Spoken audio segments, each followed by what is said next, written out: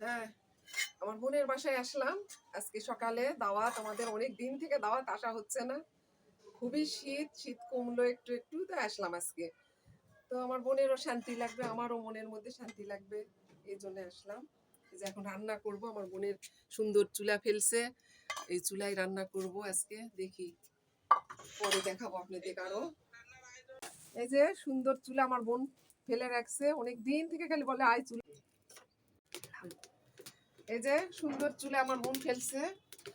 ওই আমার খুব ভালোবাসে, আমরা সব বোন সবাইকে ভালোবাসি, কিন্তু কেউ কেউ ভালোবাসা বোঝে না। তো যাই হোক, আমাদের ওই মানে আম্মা মারা যাওয়ার পর ওই মনে একটু শান্তি পাবে আমরা আসলে, তো আসলাম। আমরা আসলে ওরা আত্মা শান্তি পাবে, ভালো লাগবে বলছে, এই জন্য চলে আসলাম। আমরা থাকবো কয়েকদিন। এই যে শাটি মাছের ভর্তা করব এখন। এটা ওই জন্য সিদ্ধ করে নিচ্ছি শাটি মাছটা, এর মধ্যে যে পেঁয়াজ মরিচ দিব।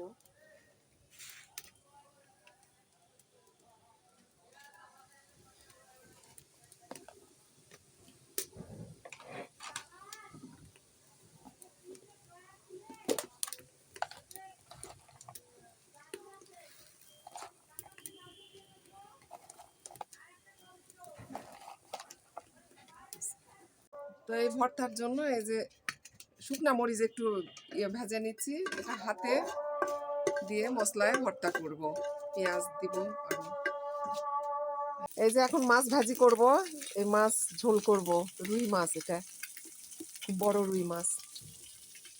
রুই মাছের ঝোল হয়ে গেল।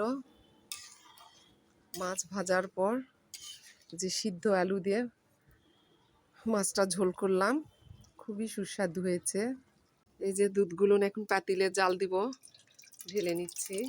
কি ঘন দুধ বাবারে, বের হচ্ছে না, কোথায় থেকে কিনছে রে।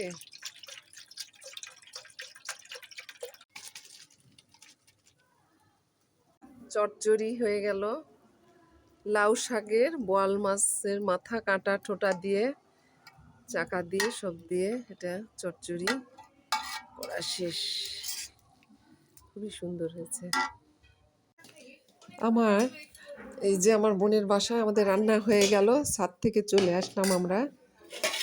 এসে এই যে এখন ডাইনিং টেবিলে আমার ভাস্তা আসছে, সোনার ভাস্তা, ওই খাচ্ছে।